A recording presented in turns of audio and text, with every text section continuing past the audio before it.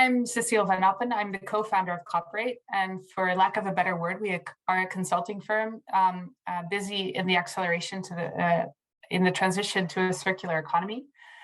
We help clients, but we also invest the margins that we do have into research into systemic levers for this transition.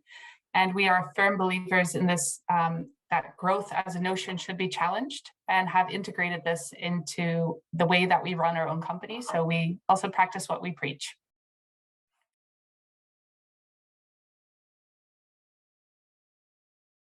When I look at resource security, I think as individuals, we don't all really realize how important this is. I personally grew up in this global and interconnected world where everything is always available when you want it. And I also grew up in a very privileged environment where it was also at my disposal. And I think the problem is that we don't really feel this problem of resource security enough. And I think that with the COVID pandemic and now the war in the Ukraine, we are starting to realize that this reality of resource security really can be challenged. And I think that what we really need to understand is that a problem with a lot of the sustainability topics like carbon emissions, biodiversity, but also resources is we don't feel the urgency until it's too late.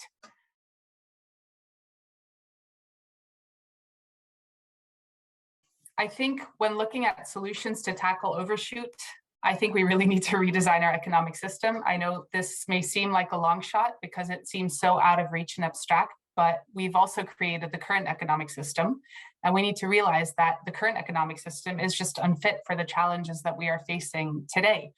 We need to create economic incentives that stimulate circular production, but also circular consumption.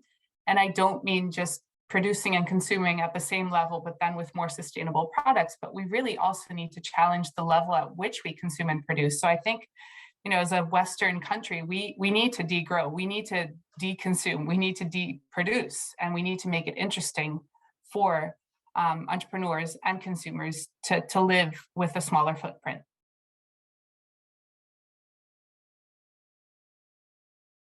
When I look at the Netherlands in about 30 years from now, I am optimistic that in 30 years, we will live in a little bit more harmony with nature and that we will be happy with less.